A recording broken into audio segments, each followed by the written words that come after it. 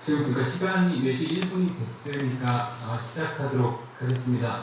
진학kim 교수님 안녕하세요. 안녕하세요. 네, 한국어로 해도 괜찮은 걸까요? 그러면? 네, 하세요. 네. 저 혹시 영어로 해야 되면 어떡하나? 사실 좀 약간 긴장하고 있었는데 다행히 이제 공식 통역이 지원된다고 하고 있고 하니까 교수님께서 한국어에 익숙하신 것 같아서 네, 한국어로 그럼 진행하도록 하겠습니다. 네, 그러면 지금부터 이제 저희 오늘 세션 컬처 톡을 시작하려고 하는데요. 저는 오늘 이게 정확히 어떤 역할인지 모르겠지만 어쨌든 모더레이터 역할을 맡은 인하대학교 한국어문학과에서 지금 재직하고 있는 강동호라고 합니다. 먼저 이제 발표 오늘 이야기를 시작하기 전에 오늘 발표를 해주실 진학kim 교수님에 대해서 간략하게 먼저 소개를 드리도록 하겠습니다. 진학kim 교수님은 현재 오레곤대학의 동아시아학과에 지금 부교수로 재직하고 계시고요. 거기서 한국의 문학과 문화에 대해서 지금 연구와 교육을 하고 계십니다. 제가 서치를 해보니까요. 선생님의 이제 주요 관심사는 이제 동시대 글로벌한 지평에서 한국과 한국의 디아스포라 문화 사이에서 이루어지는 일종의 문화적 실천에 대해서 이제 연구를 진행하고 계시고요. 이걸 바탕으로 세계 문학의 어떤 형성에 대한 어떤 연구로도 확장하고 계시는 것 같습니다. 그리고 다른 한편으로는 역사적 이론적, 저도 좀 관심 있는 주제인데 역사적 이론적 철학적 개념으로서 이제 새로움에 대한 질문을 이어가고 계시면서 이걸 바탕으로 한국 근대문학과 문화의 역사를 이제 설명하는 어떤 방법과 연구를 진행하고 계십니다. 선생님의 대표 저서로는 Urban Modernities and Colonial Korea and Taiwan이 있고요. 신규시기 서울과 타이페이에서 나타나고 있는 이제 모더니즘 문학과 문화에 대한 비교 연구를 수행하신 적이 있습니다. 오늘 선생님께서 해주실 발표는 아무래도 이제 첫 번째 관심사, 글로벌한 지평에서 한국과 한국의 어떤 디아스포라 문화 사이의 어떤 관계, 그 안에서 어떤 문학적 실천에 대해서 발표를 해주실 계획이시고요. 발표 제목은 Global Borders and Linguistic Human Rights in Contemporary Korean Literature입니다. 발표 제가 서머리를 보니까 이제 김재영 작가의 단편 코끼리와 김연수 작가의 모두의 독된 새해라는 이 두 작품을 가지고 분석을 해주실 것 같은데요. 어떤 흥미로운 이야기가 지금 진행될지 저도 벌써 기대가 됩니다. 그러면 이제 지금부터 선생님 발표 시작하도록 하겠습니다.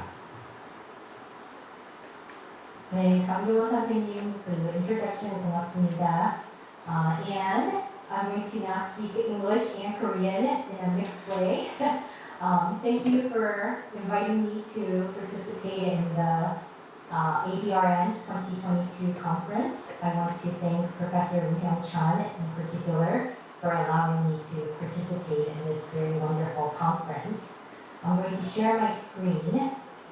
As Professor Kang has introduced, my current research is interested in global literature, world literature, and the question of what is Korean literature, especially in the 21st century, in an age where global media is dominating, where borders are collapsing, but at the same time also being erected. And thus the questions of what is Korean, what is a Korean 문화, Korean culture, and what is Korean literature becomes at the forefront of my research.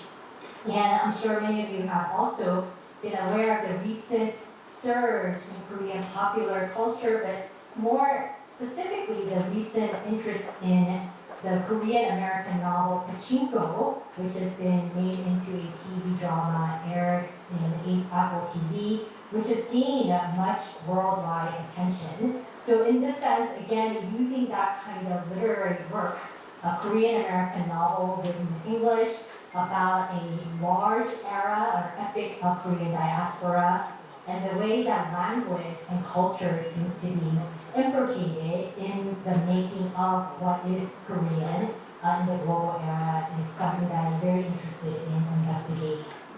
So since the 1990s, I think South Korean society has undergone what might be called a second wave of modernization that's been deepened and widened by the crisis of globalization.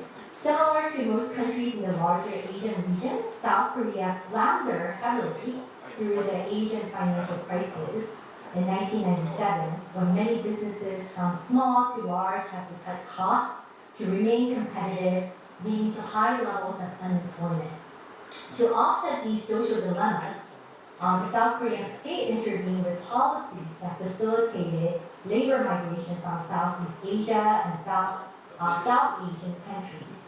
Engendered by both domestic and international conditions of the end of the era, this flow of immigration from South Asia, Southeast Asia, and China continues to pose challenging problems not only for the South Korean state, which must institute equitable policies and laws to meet the demands of growing multiracial, multi-ethnic, multicultural society, but also for the Korean cultural producers at large, who must think inclusively about, the ideas of national belonging and cultural identity, along with the changing status of South Korea on the global stage. The 21st century South Korean society and culture also, at the same time, occupy a vastly different position on the global stage than they did during the pre-1997 era. Most noticeably, as I mentioned, South Korean contemporary cultural content and products have swept across the globe, from K-pop to K-film to K-beauty to K-COVID quarantine. These products have captivated international markets across the globe. The K has become a recognizable moniker referring to, of course, Korean cultural content, and more specifically, South Korean contemporary popular culture.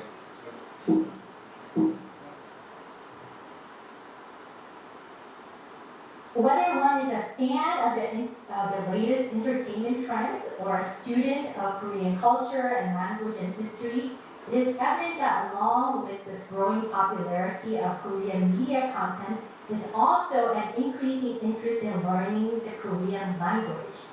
The MLA, the Modern Language Association, did a study, and their the final report that was produced in 2016 on enrollments in languages other than English in the United States institution of higher education, shows that Korean was one of the fastest growing languages being taught in the U.S. tertiary education system. So for example, if you can look at the chart, from 2009 to 2013, enrollment in Korean language instruction increased in a whopping 45.1%, while from 2013 to 2016, it increased by 13.7%. This unprecedented reception of Korean, however, extends beyond the realm of popular culture and language learning to an area that has been less recognized and more difficult as being exportable, and that is literature. So despite years of Korean governments, such as the Korean Language Translation Institute and other organizations that try to globalize Korean literature, it was perhaps the area that posed the most difficulty in being incorporated into what has come to be known as Hallyu, or the Korean Way. The sociologist John Lee from UC Berkeley, writing in 2012, bluntly asked, quote, "Why has the South Korean literature attained global popularity, whereas other genres of South Korean culture have attracted fans and fanatics around the world?" Unquote. And so he has a very blunt and also candid answer to his own question, where he goes on to argue that post-Korean War fiction focused much more on content than form that could be innovative while also resonating with more universalistic forms. Another important point Lee brings up is the role of translation. He notes that in the field of Korean literary translation, works have in the past been produced largely by Koreans who are proficient enough in a foreign language, for instance, English, which might have deterred them from producing literary translations with, quote, great literary flair, unquote. Lee's less optimistic assessment, however, might be not as applicable today. A decade later, although the Nobel Prize in Literature still looms in the future for the Korean literary world, Korean literature is also experiencing a kind of boom on global stage with a new generation of literary translators producing award-winning translations. You might recall the most recent accolade by Anton Her, Bora Chung's Cursed Bunny, and authors composing works that are innovative and bold in content and form. And of course, the monetary support from the state-run organizations and private international publishing agencies has been growing.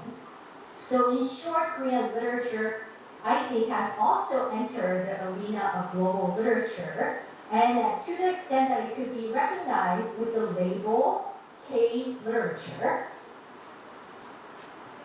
In fact, Asia Publishers' most recent translation series is called K-Fiction series, and it introduces contemporary Korean short stories by some of the most cutting-edge young fiction writers.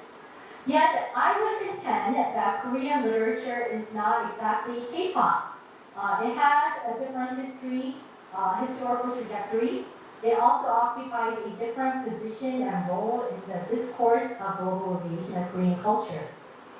In the following sections, then I explore the meaning of global Korean literature in relation to, I lost my place. In relation to and held in tension between the push toward globalization of Korean literature that is much more outward-facing and the representation of racial and ethnic other within the Korean literary world that is still struggling with the challenges of globalization and the Korean people's new position within the racial and ethnic hierarchy instigated by neoliberal capitalism. More specifically then, I explore Korean literature's unique role in bringing the discussion of minority, racial, ethnic, and linguistic identities to the broader discourses on Korea's globalization processes through representation of transnational migrant laborers.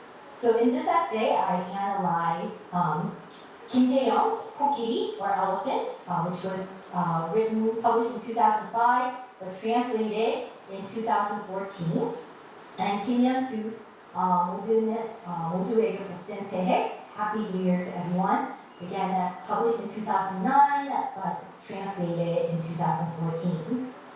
These are two works that are written by two Korean writers, written in Korean, and published in South Korea, and it's a much needed examination of transnational migrant subjects from South Asia, and they do this as a way to situate literature's critical role in bringing attention to linguistic human rights within the larger formation of global Korean literature. So building, there have been some studies already done by other scholars like Lee Kyung-jae, who has written about both, who has analyzed both Kokiri and Kim Yeon-soo, and he has examined the work through a more multicultural lens. And building on Lee Kyung-jae's studies and others, I, in this presentation, am interested in situating Kim Jae-young's and Kim Yeon-soo's respective fictional works within the framework of transnational migrant labor fiction that has emerged in the process of South Korea's 21st century globalization. Indeed, both of these stories engage in the politics of representation of the other, the marginalized foreigner in contemporary Korean society, thus simultaneously constructing transnational subjectivities through their encounters with native Korean characters. But departing from previous studies, my presentation and essay frames the analysis through linguistic imperialism and linguistic human rights. an interdisciplinary area of study advanced by scholars such as Tovs, Kangas, who bring together the role of language in ensuring human rights. As I hope that this essay will show, what sets these two short stories by both of the Kims apart from other similar works is the ways in which the Korean characters communicate with the minority characters within the text. This, in short, addresses the implied Korean reader by exposing the acute unpreparedness of South Korea and its people to take part in the global capitalism, global cultural processes that go beyond the rhetoric of national achievements that receive fleeting attention, the bulk of the media spotlight. So in this sense, I argue that those stories present a sharp critique of South Korean society while unfolding the linguistic imperialism and biopolitical racism that stand in the way of forging linguistic human rights. First and foremost, both The Elephant and the Happy New Year to Everyone problematize language and communication and call into question the notion of language, in particular Korean, as a primary way of communication. In this way, although both are written in the Korean language, they also destabilize the concept of national language. Instead, these narratives suggest that Korean language utterly fails in achieving communication not only with the other, but also amongst Koreans themselves. Therefore, at the level of theme and content, both works touch upon the idea that insistence on making Korean a hegemonic language of transnational migrants fails not only in assimilable subjects, but precisely because of the Korean language is still unable to express empathy, and Korean language speakers are continuing to struggle to articulate acceptance of the other without prejudice. Yet the two narratives, I think, differ in ways that narrator is situated in relation to the transnational migrant characters, thus varying the degree of interpolation that occurs to the linguistic minority characters. Interestingly, in the absence of published fiction by the minority transnational migrant subjects themselves as of yet, and as of around the beginning of this year, I was still looking for fiction that might have been written and published by South Asian migrant subjects. I have yet to find some, although I did find some poetry that had been written and then translated into Korean. I think Korean literature is still at the stage where the majority of Korean nationals and native Korean speakers and writers are discursively constructing the expressive representations of the minority.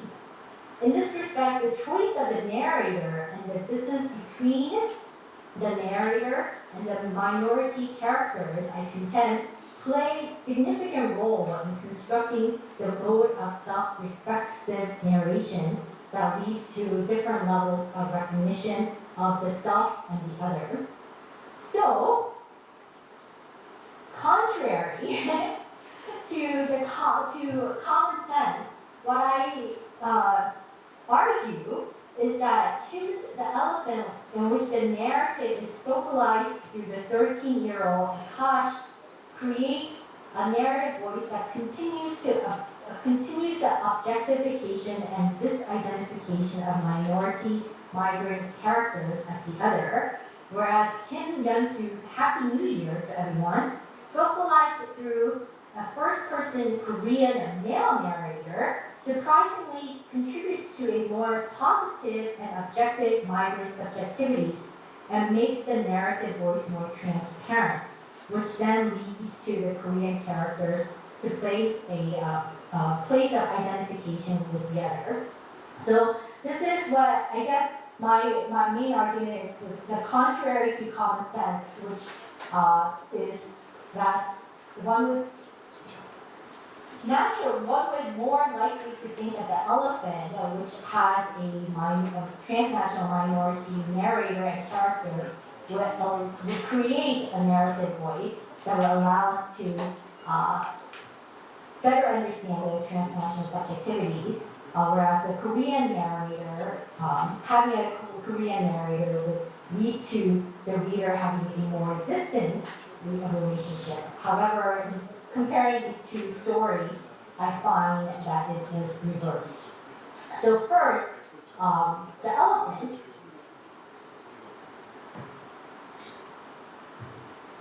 Kim Jae-young's The Elephant uses Akash, a 13-year-old boy of mixed race. He is born to a Nepalese father and a Korean Chinese mother and raised in Korea, and he is the narrator.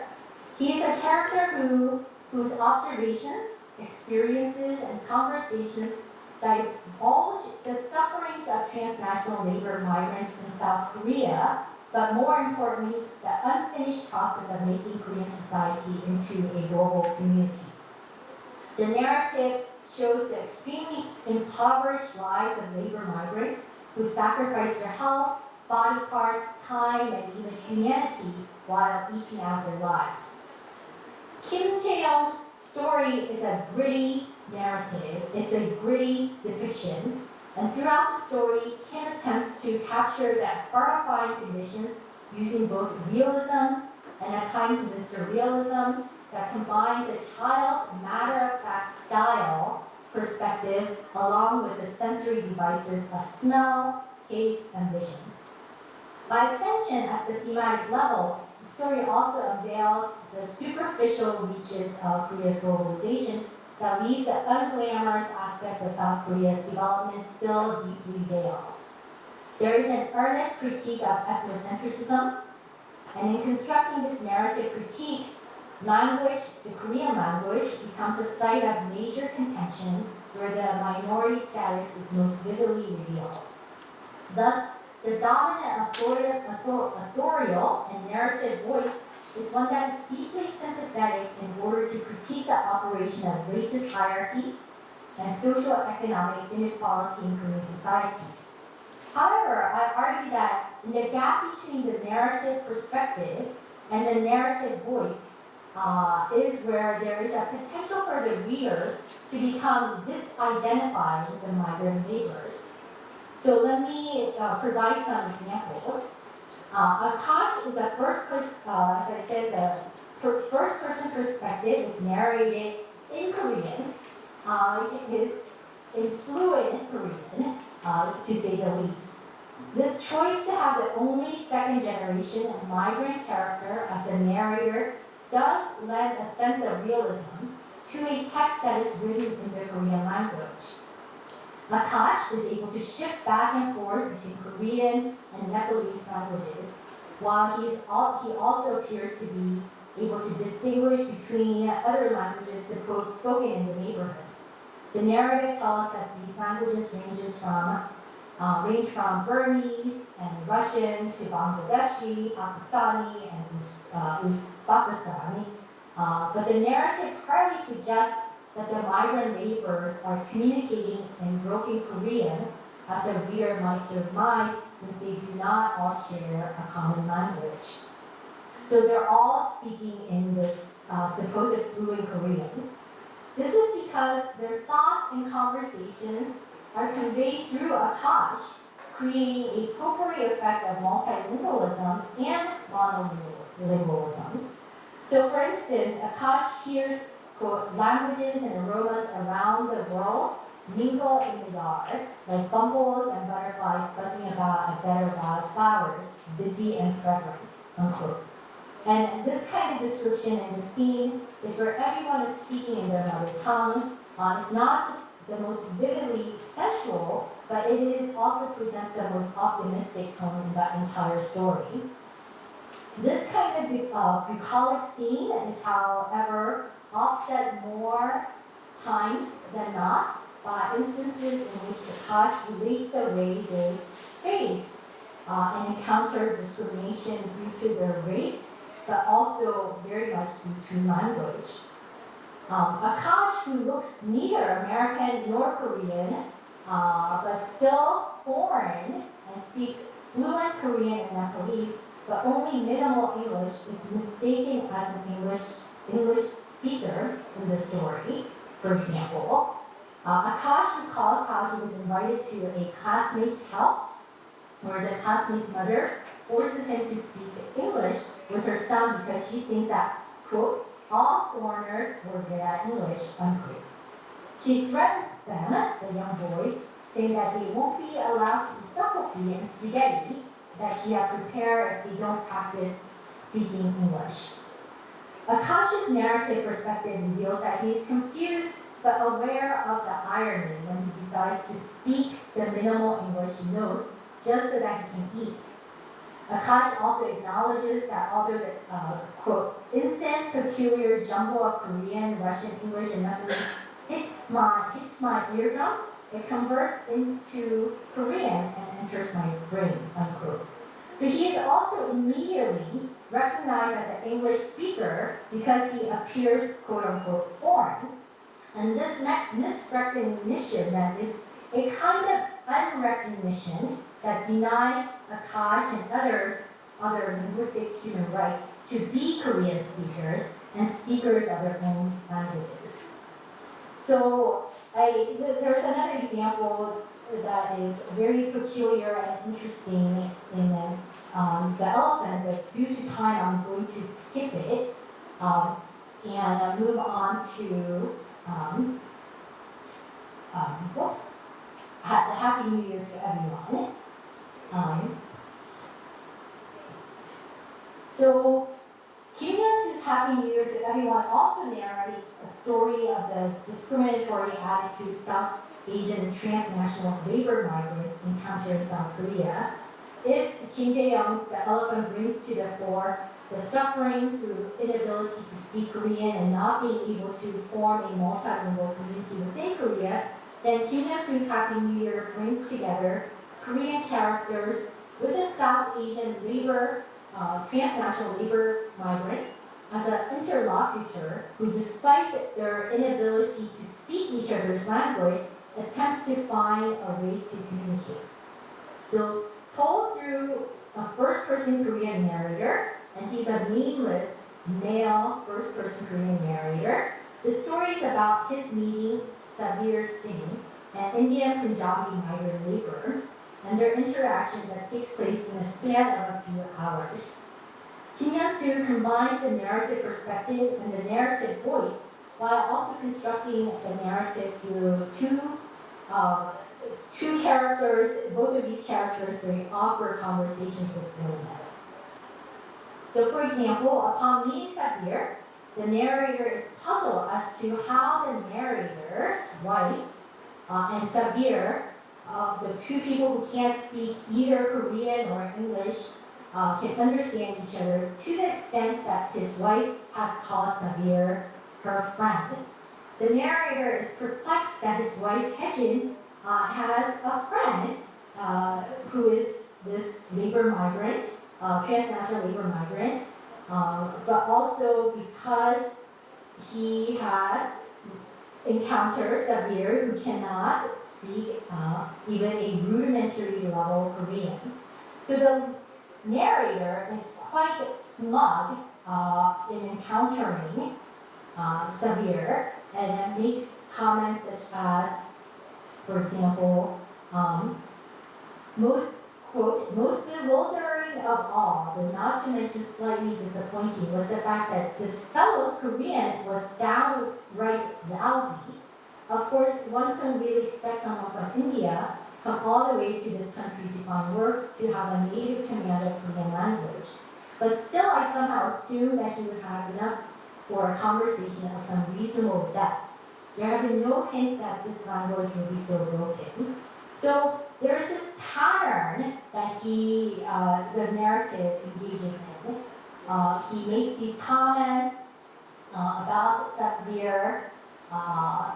He relates, but then at the same time he relates a strategy in which Sabir is allowed to speak and allows Sabir to relay his own thoughts, opinions, and feelings, which is unlike what had happened in Kim Jae-young's The Elephant. So although at a glance the narrator seems self-righteous and condescending, upon closer examination of the narrative structure, you notice a pattern of the narrator exposing his own ignorance, biases, and shortcomings, which are then followed by the narrator relaying Sabir's words and actions. The narrator then returns to his self-reflexive mode, often coming not to a definitive conclusion, but to a place of further reflection. So this pattern is set up from the beginning of the story, when Sabir comes to the narrator's house, all the way to the end of the short story.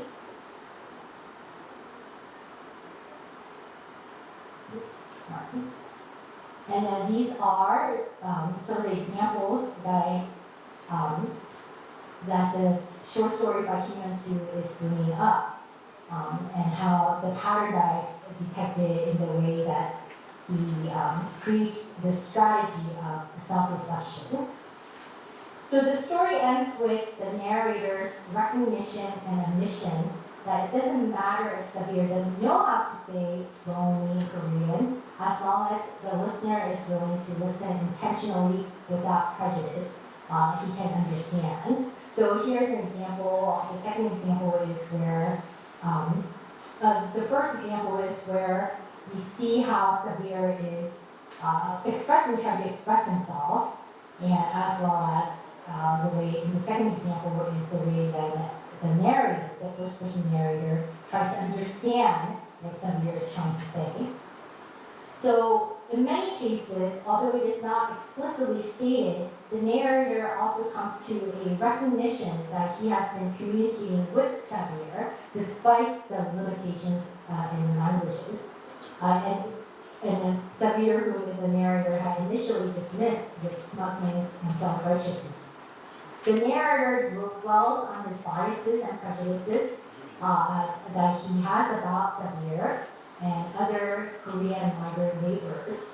But most importantly, the biases are not about the race other, but most importantly about how the transnational subjects are linked to and they're linked to language and their association with ethno-national identities. So in conclusion, I think both of the authors construct their narratives by placing transnational labor migrant figures in their lives as at the center of Korea's globalization process. These literary texts reveal the extent to which non-Korean migrant laborers, especially those migrating from nations that are considered to be belonging to a lower hierarchy economic influence, such as Nepal or India, have difficulties adjusting to living and working in Korea, not because of their own doing, but to the systemic discrimination and structural inequalities. Although the description of economic disparity, labor struggles, and racism are straightforwardly presented and ostensibly the most apparent, the two stories discussed in this essay and presentation go beyond to construct narrative structures that centralize one-on-one interaction between transnational subjects and the native Korean characters. And it is precisely through constructing the relationship through certain narrative perspective and narrative voice of the narrator, as well as the narrative voice of the author, that these stories reveal narrative constructions themselves as sites of domination, violence, and inequity. In fact, Korean language is an object of critique in these narratives. Both Kim Jae-young and Kim Hyun-soo, as fiction writers working with the Korean literary establishment and using Korean language itself, seem to be keenly then aware of how language operates to deny human rights of migrant laborers within Korean society. Thank you.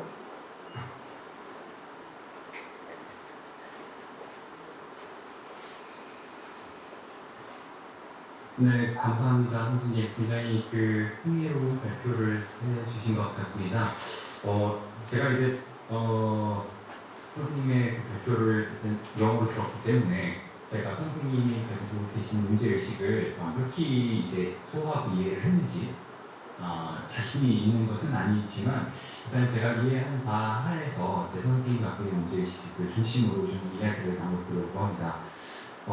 이제 선생님께서는 어쨌든 이제 좀 더 90년대 더 나아가서는 21세기 들어서 글로벌한 지평으로 이제 세계가 변화하고 있고 그 안에서 한국의 어떤 문화들이 지금 보시다시피 적극적으로 해외에서 소개되고 예전과 굉장히 다른 이상을 가지고 있죠. 근데 그런 어떤 그 국제와 글로벌화의 어떤 맥락 속에서 한국의 문학은 그럼 어떤 포지션을 가지고 있느냐, 어떤 특징, 어려움을 또 느끼고 거기서 보여주고 있는가. 왜냐하면 문학은 어쨌든 그냥 팝컬처럼 기본적으로 대중문화와는 좀 다를 수밖에 없기 때문에 그 안에서 어떤 문제의식들이 이제 우리가 찾아가 볼 수 있고 그 안에서 살펴볼 수 있는지에 대한 문제의식을 가지고 계셨던 것 같아요. 그 안에서 특히 언어의 문제, 언어 안에서 발생하는 차별의 기제와 어떤 근본적인 어떤 인권의 문제, human rights 문제에 대해서 고민을 하고 그걸 보여줄 수 있는 두 작품으로 김재현 꽃기와 이제 김현수의 모두의 보호된 새해라는 이 두 작품 서로 이제 비교해 주시고 있는 것 같습니다. 두 작품 모두 기본적으로는 이주노동자, 한국에서 살고 있는 이주노동자가 겪고 있는 차별을 다루고 있지만 그것을 그냥 차별의 양상, 폭력, 이걸 보여주는 것에 그치는 게 아니라 이제 그게 언어의 어떤 하이어키 문제가 들어갔을 때 어떻게 나타나는가 이 부분을 좀 보여주고 계시는데요. 네, 또 한편으로는 저도 선생님 발표 어떤 내용을 하실까 궁금해하면서 오랜만에 이 두 텍스트를 다시 꺼내 읽었어요. 예전에 읽었던 텍스트이긴 한데 어떤 내용인지 다 까먹고 잊어먹고 있었던 걸 다시 읽게 됐는데요. 말씀하신 것처럼 너무 두 텍스트가 쓰여진 시기와 스타일, 애초에 작품 스타일이 달라서 그렇긴 하지만 너무 다르더라고요. 1인칭 서술자에 의존하고 있는 것은 사실이지만 그럼에도 불구하고 그 언어를 재현하고 그 언어 속에서 그려진 그런 하이러키 양상들이 재현되는 방식 자체가 너무 다르다고 느꼈는데 이제 선생님께서는 기본적으로 그러니까 주로 이제 꽃길 같은 경우는 말씀하신 것처럼 그런 트랜스내셔널한 지평에서 어떤 이주 노동자의 문제, 차별의 문제 이런 것들이 잘 드러나 있던 작품 그동안 굉장히 높게 좋게 평가가 됐던 면들이 좀 있었는데 선생님은 그럼에도 불구하고 그 안에 좀 내포되어 있는 한정, 특히 이제 서술자의 문제와 관련해서 굉장히 그 한국어를 귀찮게 사용하잖아요. 지금 제가 봐도 우리 너무 어려워서 너무 낯설고 옛날에 복잡하게 쓰여진 13살짜리 아카시 그 말이 전혀 리얼하게 느껴지지 않을 정도로 좀 사실 되게 낯설게 느껴지더라고요. 등등과 관련해서 과연 이 작품이 제대로 이제 한국 안에서 있는 어떤 이런 언어를 둘러싼 그 차별의 문제를 정말 제대로 잘 형식화해서 다루고 있는지에 대한 좀 문제의식이 좀 있으신 건 아닌가 그런 생각이 조금 들기도 했었고요. 반면에 그에 비해서는 김현수의 작품이 좀 더 어떤 둘 다 이제 김현수 작가의 화자가 서술자가 시니어네스 그의 말을 인도의 그래서 이준 부대의 말을 이제 흉내내는 과정에서 굉장히 말이 비슷해지잖아요. 그 방식이 그게 오히려 조금 더 그래서 윤리적인 어떤 태도를 보고 계시는 것 같은 그런 느낌을 받았는데 그게 맞는지 그런 문제를 여쭤보고 싶습니다. Yes, thank you so much, Professor Kong. I think you read and understood my argument quite correctly, and I think that's why I would say my argument is contrary to common sense, because when we first encountered these two stories, our initial reaction and response is contrary to what I've been arguing. That is, if Kim Yeon-soo's story seems as though it is mimicking and making fun of Sabir Singh and South Asian labor migrants, after a closer examination of the narrative structure and the dialogue structural patterns, what it ends up happening is in conclusion, that the narrator is not really making fun of or mimicking Sabir, but it's a process in which the Korean narrator is trying to understand and put himself in the position of a person who cannot be speaking Korean fluently.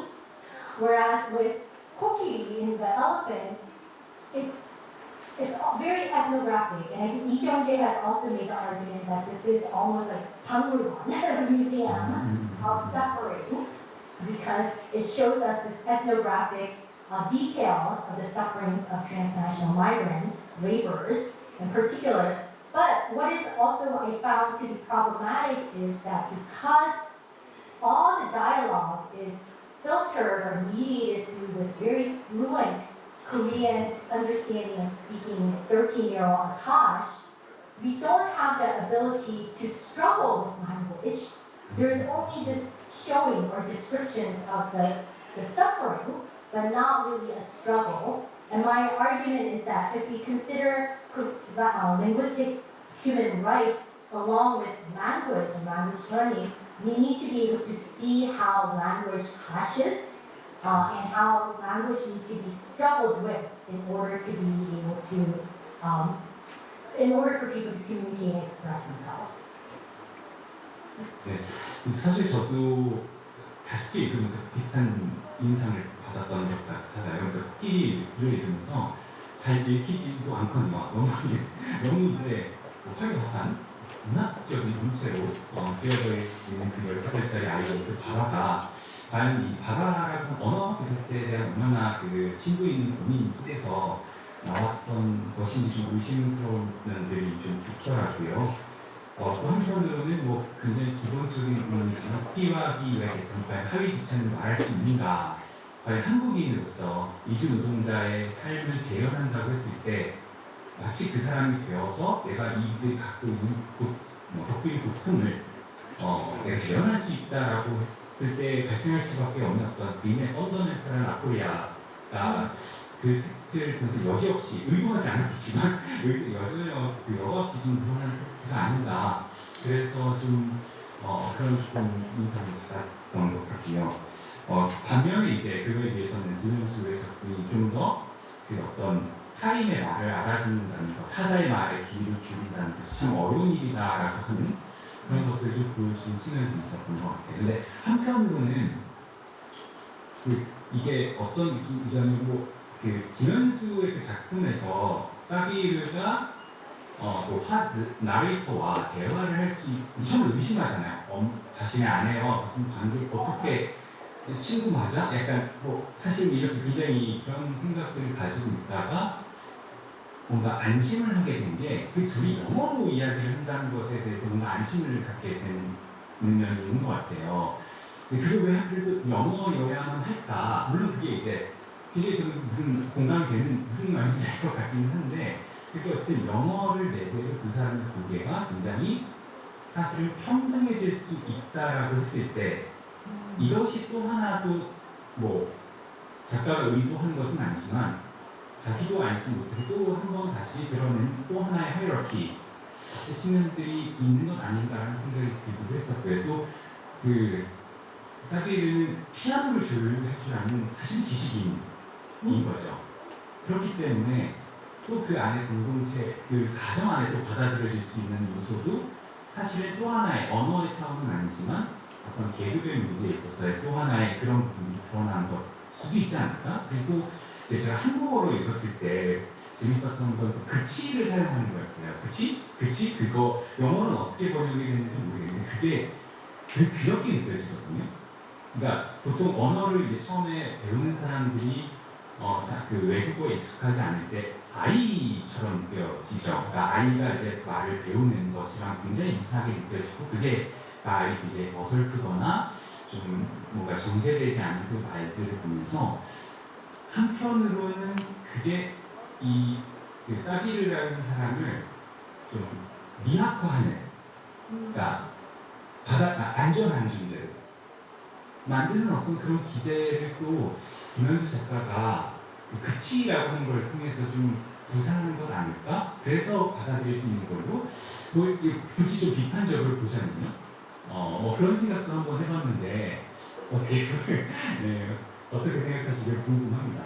네. 너무 좋은 지적을 해주셨어요. 저는 그 영어에 대해서도 좀 더 많이 생각해봐야 되겠고, 영어의 하이라키, 특히 또 김지영 작가 소설에서 영어 그 national hierarchy, 뭐 economic hierarchy, 그 영어의 하이라키도 나타나는 중에서 여기서는 그 사뮤엘슨이 왜 사뮤엘슨하고 혜진하고 어떻게 영어를 쓰면서 이제 그것을 안심시켰나, 그거 정말 새롭게 선생님이 지적해 주시는데 다시 생각해 보겠습니다. And then with the piano, yes, I think piano is a very interesting instrument, and the instrument to be used here because piano is associated with perhaps classical music, right? And he is able to tune this piano, and in some ways, of course, the story related to the piano, where the narrator received this free piano, is also very much associated with communication, not being able to communicate, and so on. So it's very interesting. However, what Kim Jae-young again does, I think, effectively, but also fitting into our expectation of transnational labor migrants, is that Akash's father is also actually, he's an astronomer, right, when he was living in Nepal. So he's not someone who is not educated, but for some reason his conditions led him to migrate to Korea. But those kinds of details, I think, are more, it's constructed as being surreal, kind of,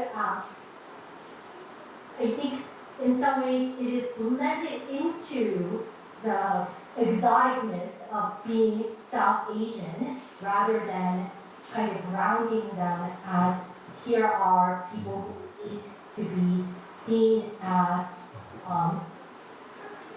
real subjects who have knowledge that Koreans might not recognize but have them having.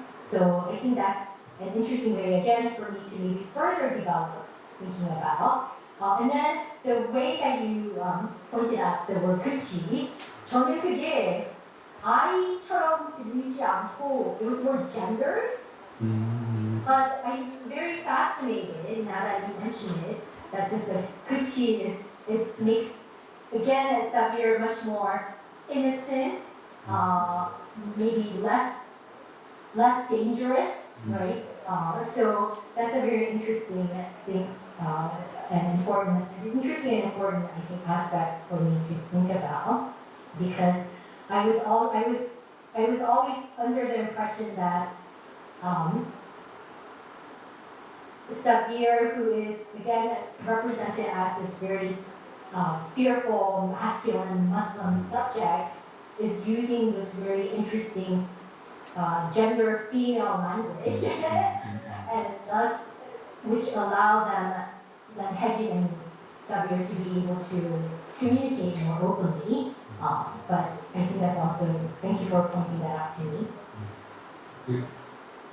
관련해서, 그러니까 저도 이제 소설을 읽을 때 그치가 나왔을 때 뭔가 그동안 있었던 긴장이 순간적으로 이게 그냥 해소되는 그런 경험들을 느껴서 아마 독자들이 봤을 때도 이게 너무 막 웃기다고 생각하다던가, 그러니까 근데 이게 뭔가 조롱이나 그런 의미가 아니라 말 그대로 이게 귀엽다, 이제 한국 사람들도 그렇고 일본 사람들도 그렇고 카와이 뭐 귀여움 이거 되게 중요하게 생각하잖아요. 좀 이상한 문화라고 생각을 하는데 귀여운 사람으로 변화하는 데 있어서 말씀하신 그 젠더의 문제도 되게 중요하다는 생각이 들었어요. 앞에서 선생님 서두에서 처음에 말씀하셨을 때 그 화자의 정체에 바로치고 메인 내러터라고 얘기를 하셨잖아요. 근데 그리고 나서 그것에 대해서는 특별히 더 말씀을 안 하신 것 같은데, 선생님 보시기엔 이 소설은 그런 어떤 굉장히 젠더화된 남성 중시적인 어떤 측면들이 있다고 좀 보시는 걸까요? 그 숨겨진 젠더, 나레이트의 젠더의 포지션. Yes, so I think that's again the assumption that we have, right, with this novel. We have this nameless male Korean middle-aged man narrator, and we do have this assumption that he is going to be, as he has in some ways demonstrated, kind of smug, self-righteous. He had looked down upon the transnational labor migrants. He has his own prejudices and racist ideas, assumptions. But I think what this does then is perhaps, I need to think a little bit more about this. But I find that this is another way in which then Kim Young-soo tries to destabilize this gender construction of the Korean male position. And in some ways, I guess, maybe I am saying that it was done more successfully than in other texts. 아마 한국에서도 이제 젠더를 중심으로 한국의 문학사를 다시 보는, 다시 해체하는 그런 작업들이 요새 굉장히 많이 이제 진행되고 있는데, 아마 제가 그냥 예상컨대 90년대 이후의 문학을 이야기하는 데 있어서 이 김현수가 굉장히 중요한 그 논쟁의 포인트가 될 거라는 생각을 개인적으로는 가지고 있어요. 왜냐하면 여성 독자들이 굉장히 좋아하거든요. 그 김현수를. 뭐라고 할까? 젠더와 많은 사람들이 거기서 한국의 남성인데 좀 로맨틱한 남성, 근데 어떤 굉장히 위험하지, dangerous하지 않은 남성, 굉장히 감성적인, 지적인 남성의 어떤 모습들이 이제 드러나고, 근데 이제 김현수가 연애와 사랑을 되게 중요시 여기잖아요. 모든 소설에서. 그게 굉장히 많은 여성 독자들의 과거 독자들을 이제 이게 매료해주던 요소이면서 동시에 어떤 여성에 대한 미스티피케이션이 또 이루어지는 텍스트들이 사실 이 텍스트는 사실 그렇게 강하게 드러나지는 않지만 그 연애나 사랑과 관련해서는 그런 면모들이, 그런 특징들이 좀 나타나서 이게 아마 나중에는 좀 재미있는 연구거리가 될 수 있지 않을까, 뭐 그런 생각은 좀 들긴 했었어요. 그래서 말씀하신 특히 이제 트랜스내셔널한 어떤 그 맥락에서 그것들이 같이 결합이 되었을 때 선생님이 지금 보신 것처럼 굉장히 재미있는 분석이 좀 나올 수 있지 않을까, 그런 생각도 좀 해봤습니다. 네. 감사합니다. 저도 그쪽을 조금 더 생각해 봐야 될 것 같아요. 김현수 작가의 젠더, 개성, 그 여성 리더들의 그 반응. 네. 감사합니다. 전혜영 선생님 자리에 계시나요? 너무 재미있게 들었고요. 공부가 많이 된 것 같아요. 그리고 지금 카메라가 고정돼 있긴 한데, 그래서 이 카메라 뒤에 굉장히 많은 오디언스들이 되게 흥미롭게 이 발표와 토론을 들었습니다. 너무 감사합니다. 더 많은 말씀을 듣고 싶고, 사실은 여기 질문도 있으실 것 같은데, 너무 재밌는 얘기를 많이 해주셔갖고 더 말씀을 청하면 너무 괴롭혀드리는 것 같아서요. 여기서 너무 잘 배우고 감사했다라는 말씀 먼저 말씀드리고, 여기서 저는 이제 사라지겠습니다. 너무 감사합니다. 네, 감사합니다.